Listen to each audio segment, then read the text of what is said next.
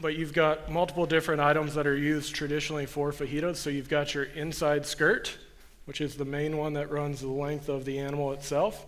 Traditionally a little bit leaner, so if you look at this, not as much marbling as your outside skirt or your diaphragm. So if you really look at that, your outside skirt is traditionally like the top end, the most flavor, most marbled, most tender of your fajitas. Then you also have your hanging tender, which sometimes can be used for fajitas or multiple different applications. So then you've got one of John Punis's favorite, a flank steak, that can be used for fajitas as well. Typically also a lot of Asian dishes will do it, use that item for it, and they'll thinly slice it on the bias. And then we'll go ahead and get into the sirloin a little bit and talk about our bottom sirloin flat meat, which is kind of your third fajita, which is the middle ground between an outside skirt and an inside skirt. Then we're going to go ahead and talk about our last round cut that I left on that has the reflection of it being part of that bottom sirloin, which is where the flat meat came from, versus your top sirloin. Then you've got the Californian's favorite cut, the tri-tip. So we'll set that aside just for a second.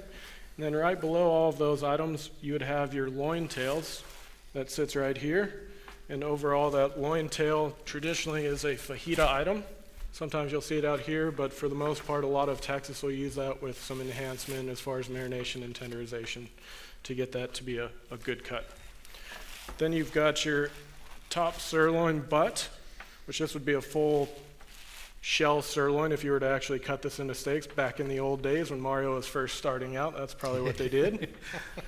But you'd pull off your top butt tender, which is just that cross section of your tenderloin itself.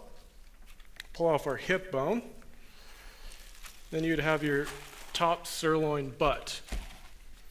So then you would go ahead and pull off that bottom muscle, which is your culotte, which the grain runs this way. Then you have your center cut, which is right below that, and the grain runs this way. So really what you're trying to do or accomplish by separating those is having that tender bite every time, as well as typically different cooking methods for each of them. Overall, you'd want those muscles to be cut the right way. And so in the meat company, we actually produce 10 different variations of a top sirloin steak because we look at those muscles, whether we're cutting them together as just a basic top sirloin steak, a semi-center cut, or a center cut. Then also when we remove those muscles, we do the culotte steaks or the picanha. And then we also do the top sirloin hearts where we cut into baseballs, where it's one single muscle the entire way that you can control that grain with. So within your center cut, you'd have your mouse muscle, which would be the top muscle. Then you're going to go ahead and, like Starson says, break that down. And the main reason is you've got some thick, opaque connective tissue that runs the center of that, give or take a little. So you've got one side that's a little smaller fillet, the other side a little bit larger, but once again, you're trying to make it more tender by separating off the lean from that. Then you'd have your short loin. So one thing to note is we said that we rib between the 12th and 13th rib to give an average marbling of the carcass. Sometimes you'll see on this one it's got really nice, finely dispersed marbling. That was part of why I selected it.